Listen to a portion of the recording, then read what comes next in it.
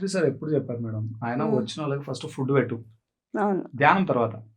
First అన్నం పెట్టు శరీరానికి, తర్వాత ధ్యానం చెప్పు, రూపాయి కూడా తీసుకోవద్దు, ఏదైనా వాళ్ళు స్వచ్ఛందంగా ఇస్తే ఇవ్వని.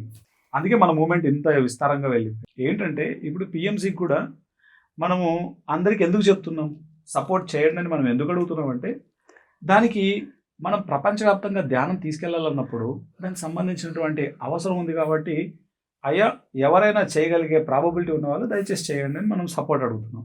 కానీ రియల్లీ గుడ్ థాట్. ఎందుకంటే ఇది లోక కళ్యాణం, ఇందులో ఇది ఏ ఇండివిజువల్ పర్సన్ కి సంబంధం లేదు. Yes. ఒక సొసైటీ, ఒక ఆర్గనైజేషన్, ఒక విశ్వశాంతికి కృషి చేస్తుంది కాబట్టి దే కెన్. ఎక్కడ కూడా ఇండివిజువల్ పర్సన్ లేరు మేడం, ఎక్కడ ఇండివిజువల్ పర్సన్ లేదు. This is company. ఇప్పుడు పిఎంసి హిందీ అనేది one media network limited company. PMC హిందీకి ఒక ట్రస్ట్ ఉంది. ఏదైనా డబ్బు డైరెక్ట్ ట్రస్ట్ అకౌంట్లో వేయచ్చు, లేదా కంపెనీ అకౌంట్కి వేయచ్చు. ఎక్కడ మనుషులు ఇక్కడ ఇన్వాల్వ్ అవ్వరు. ప్రతిదీ ఇక్కడ ఎంతో ట్రాన్స్పరెన్సీ ఉంటుంది. ట్రాన్స్పరెన్సీ అనే దానికి మారు పేరు పిఎంసి అనేది.